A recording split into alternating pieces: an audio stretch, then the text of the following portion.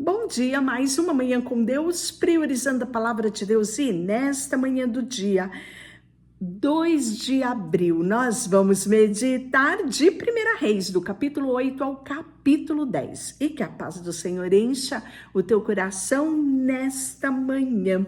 O transporte da arca para o templo.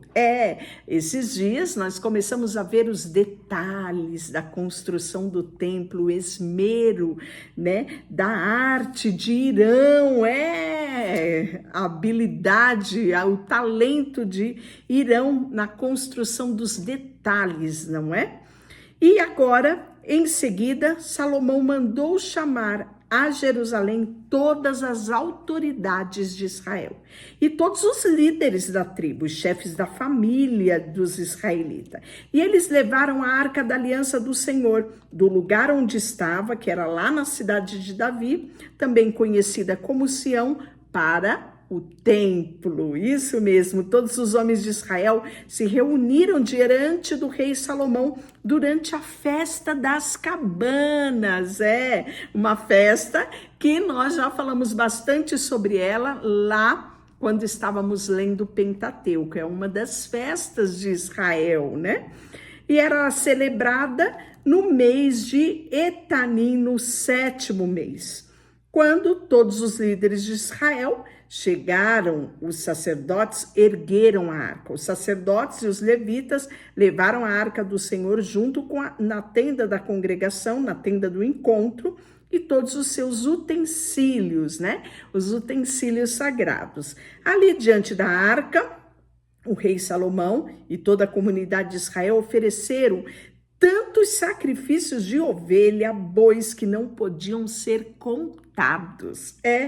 Então os sacerdotes levaram a arca do Senhor para o santuário interno do templo, no lugar santíssimo, e a colocaram sobre as asas dos querubins. O querubim tinha asas abertas sobre a arca e elas cobriam a arca, e as varas eram usadas para transportá-lo, né? Não é novidade isso, porque nós vimos toda essa construção, a planta, o detalhe que Deus deu a Moisés de como deveria ser construído, né? Ainda para habitar lá no meio do deserto, na peregrinação do povo, né? O tabernáculo, a tenda. E agora não, agora nós estamos vendo algo que é fixo. O templo foi feito e agora Deus tinha um lugar, né? Um templo de habitação dele, e tudo aquilo que era visto lá no tabernáculo, né? Que era, na verdade, montado e desmontado, agora não. Agora ele veio para o templo construído aqui com todo o esmero. E aí nós vamos ver que na arca havia só 2 tábuas da pedra que Moisés tinha colocado dentro dela, no Monte Sinai, onde o Senhor fez aliança com os israelitas, e depois que eles saíram da terra do Egito. E quando os sacerdotes saíram do lugar santo, uma densa nuvem encheu todo o templo, e com isso os sacerdotes não puderam ficar de pé. Isso mesmo, todos os sacerdotes que estavam ali a serviço, né?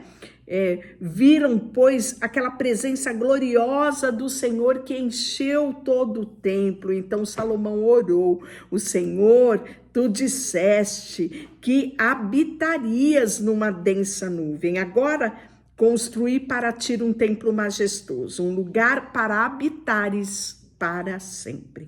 Então o rei voltou para toda a comunidade de Israel que estava em pé diante dele e o abençoou o povo, e em seguida orou: louvado seja o Senhor, o Deus de Israel, que cumpriu o que prometeu ao meu pai Davi, pois lhe tinha dito: desde o dia em que tirei Israel, meu povo, do Egito, não escolhi nenhuma cidade, das tribos de Israel como lugar onde deveria ser construído o templo, em honra ao meu nome. Contudo, escolhi Davi para reinar sobre o meu povo de Israel. E Salomão disse: meu pai Davi queria construir este templo em honra ao nome do Senhor, o Deus de Israel. Mas o Senhor lhe disse: sua intenção de construir um templo de honra ao meu nome é boa, mas esta tarefa não caberá a você, mas um dos seus filhos construirá o templo em honra ao meu nome. Isso aqui nós já sabemos, porque Davi falou sobre isso, Salomão repetiu e agora estamos ouvindo novamente isso no discurso de Salomão em plena dedicação ao templo. E agora ele vai fazer a oração de dedicação ao templo depois de explicar todos esses detalhes. Então Salomão se pôs diante do altar do Senhor, na presença de toda a comunidade de Israel, levantou as mãos e orou. Ó Senhor, Deus de Israel, não há Deus como tu em cima dos céus nem embaixo da terra. Tu guardas a tua aliança e mostra amor leal àqueles que andam diante de ti de todo o coração.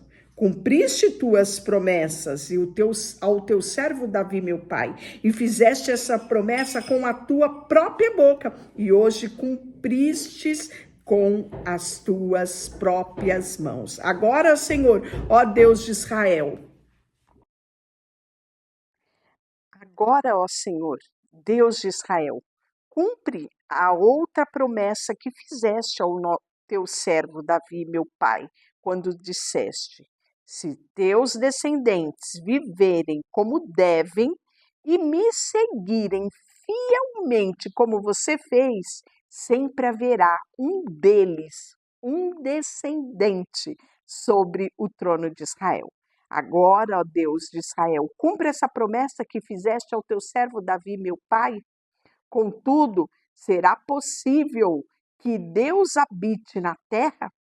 Nem mesmo um dos mais altos céus pode contê-lo, muito menos este templo que construí. Ainda assim, ouve a minha oração, a minha súplica, ó Senhor meu Deus, ouve o clamor e a oração do teu servo que faz aqui hoje. Guarda noite e dia este templo, o lugar do qual disseste, o meu nome estará ali. Ouve sempre as orações do teu servo, que faz quando se volta para este lugar. Ouve a súplica dos teus servos de Israel, o teu povo, quando orarem voltados para este lugar. E se alguém pecar contra outra pessoa, e se for exigido que faça um juramento de inocência diante do teu altar e desse templo, ouve dos céus e julga entre os teus servos, entre os acusadores e o acusado, castiga o culpado, declara justo e inocente, cada um conforme merece. Se o teu povo de Israel for derrotado pelos seus inimigos porque pecou contra ti, e se voltar para o templo, ouve dos céus e perdoa o seu pecado, o pecado do povo de Israel, e traze-o de volta a esta terra que destes aos seus antepassados. Se o céu se fechar e não houver chuva, porque o povo pecou, e eles orarem voltados para esse templo, invocarem o teu nome e se afastarem dos seus pecados, porque tu o castigaste, ouve dos céus e perdoa os seus pecados, o pecado dos teus servos, o teu povo de Israel, e ensina-os a seguir o caminho certo. Envia chuva sobre a terra que deste por herança ao teu povo. E se houver fome na terra, peste, praga nas lavouras, ou se elas forem atacadas por gafanhoto, largata, ou se o inimigo do teu povo invadirem a terra, sitiarem a cidade, seja qual for, até mesmo os desastres ou as epidemias.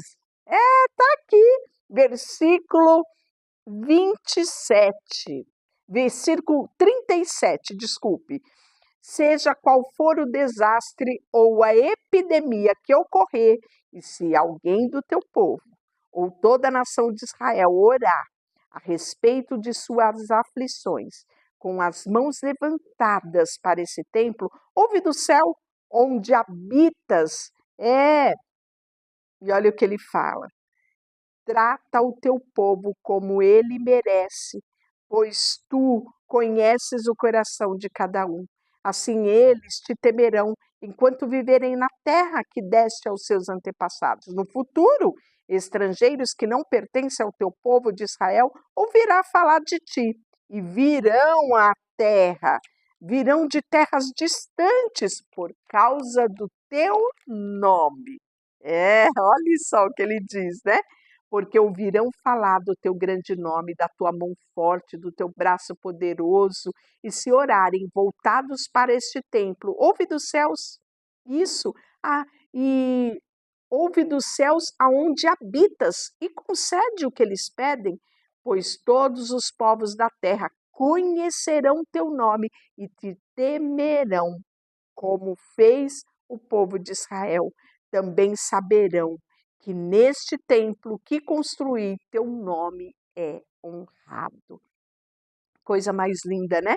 Se o teu povo sair por onde o enviares a fim de lutar contra os seus inimigos e orarem ao Senhor, voltados para essa cidade que escolheste, para esse templo que construí em honra ao teu nome, ouve dos céus suas orações e defenda a sua causa. Olha só, mas quando pecarem contra ti, pois não há quem não peque, sua ira cairá sobre eles, e tu permitirás que os seus inimigos os conquiste e os leve como escravo para outras terras próximas ou até mesmo distantes.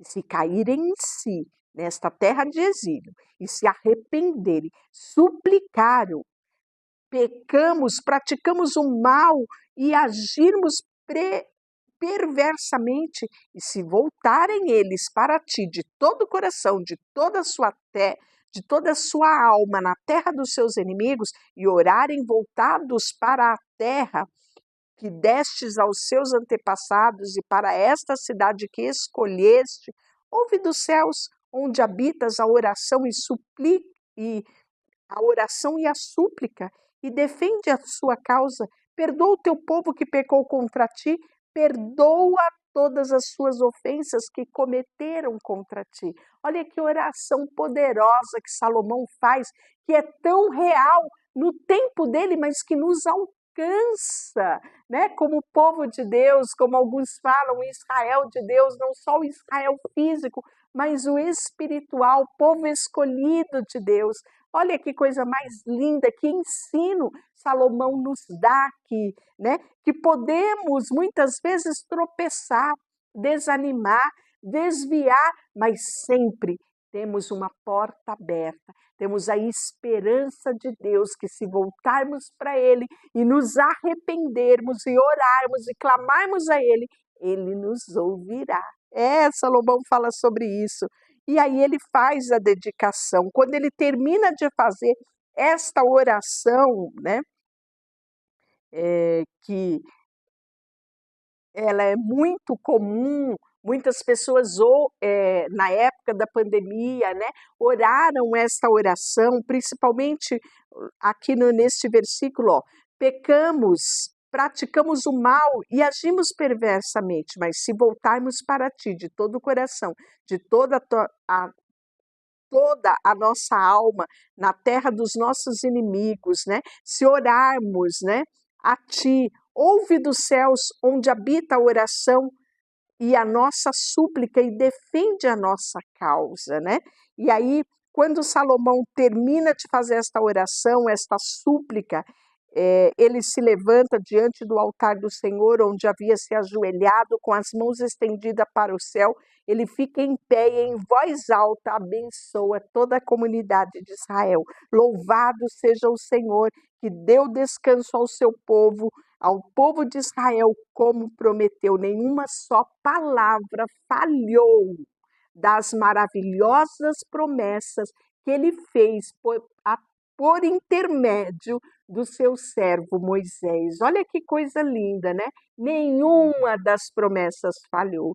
Que Que o Senhor nosso Deus seja conosco, assim como foi com os nossos antepassados. Ele jamais nos deixa nem nos abandona. Que Ele nos dê disposição para fazer a vontade dEle e obedecer todos os seus mandamentos, decreto, estatuto que Ele deu aos nossos antepassados, né?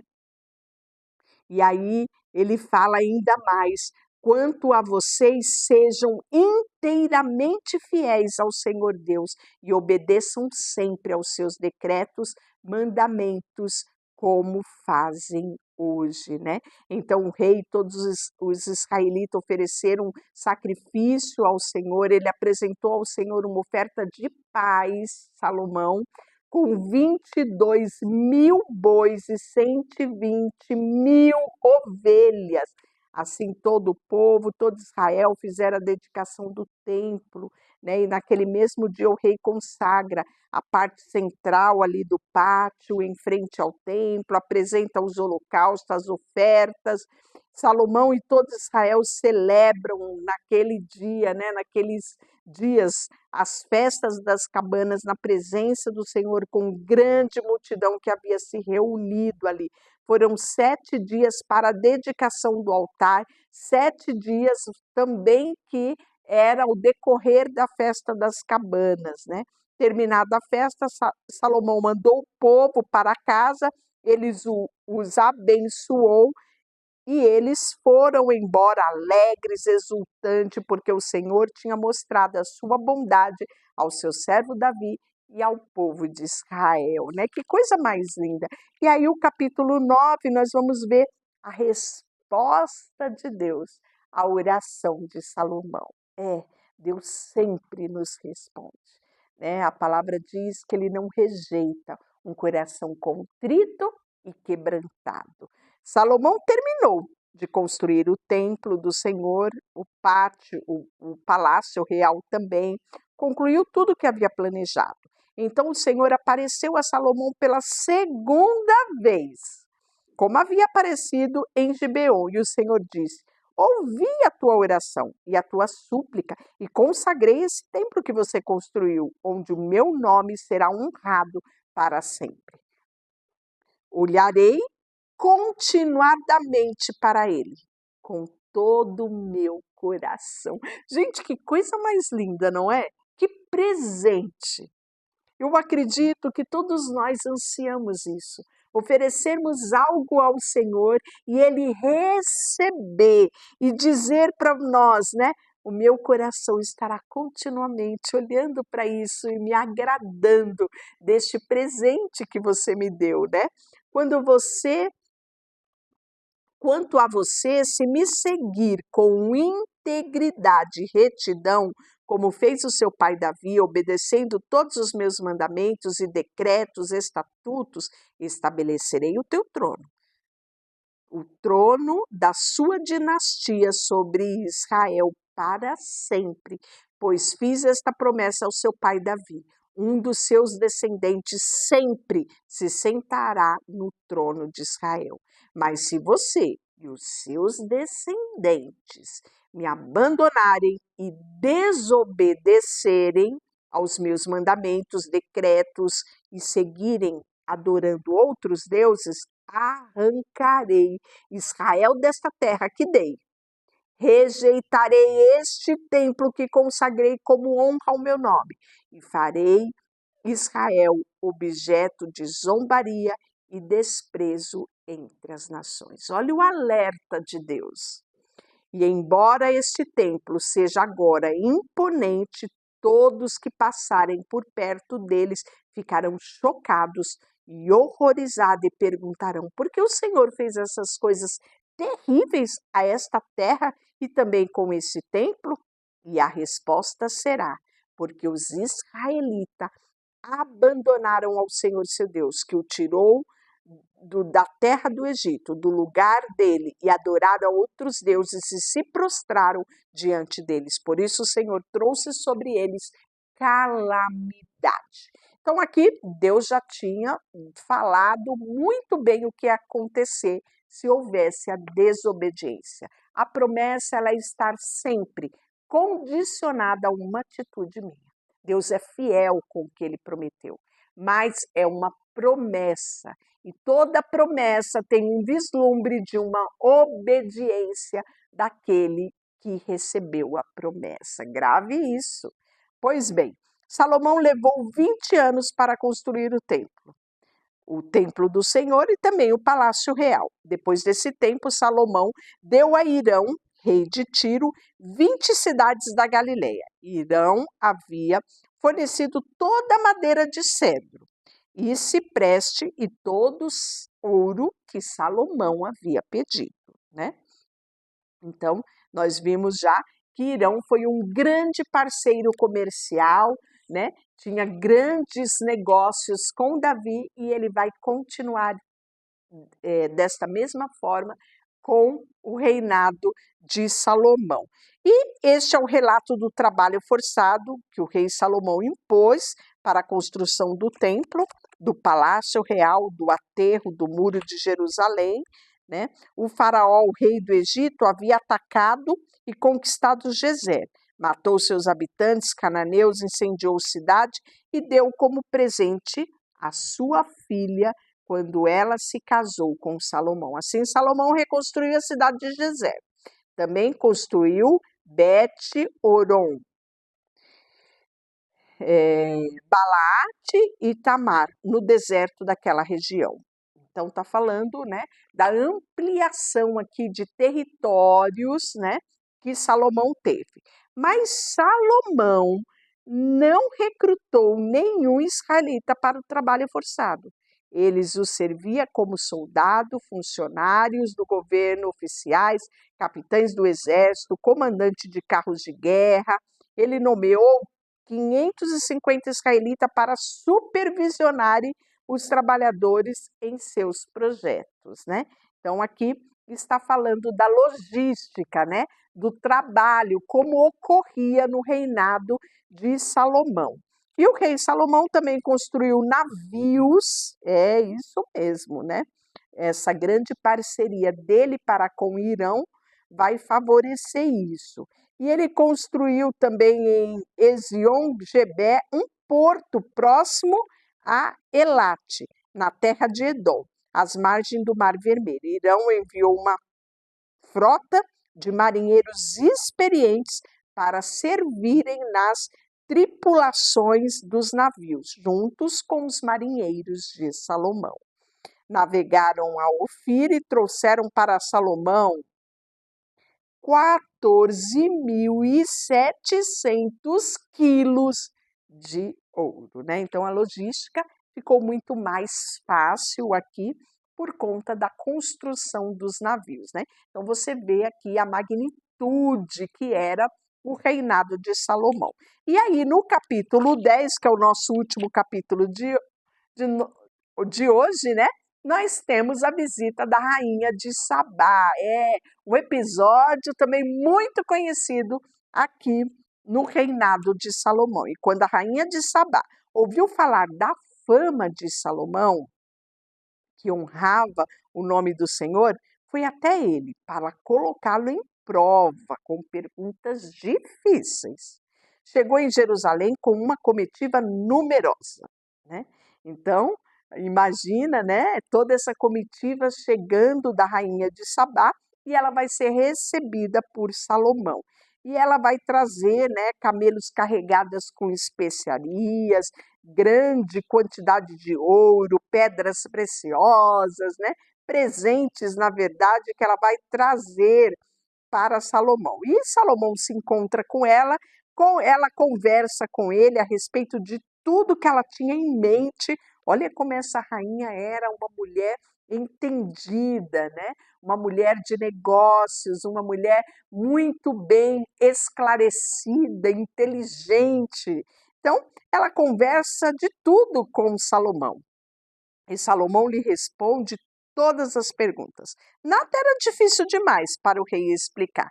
E quando a rainha de Sabá percebeu quanto Salomão era sábio e viu o palácio que ele havia construído, a comida que era servida na mesa do rei, os alojamentos, a organização dos oficiais, dos servos, os trajes esplêndidos que eles vestiam, os copeiros da corte, os holocaustos que Salomão oferecia no templo ao Senhor.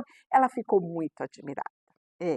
Depois ela vai dizer ao rei: é verdade, tudo que eu vi em meu país a respeito das suas realizações e da sua sabedoria. Não acreditava no que me diziam, até que eu cheguei aqui e vi com os meus próprios olhos. Aliás, tinham me contado, mas não tinham me contado nem a metade da sua sabedoria e prosperidade, que vai muito além do que eu ouvi.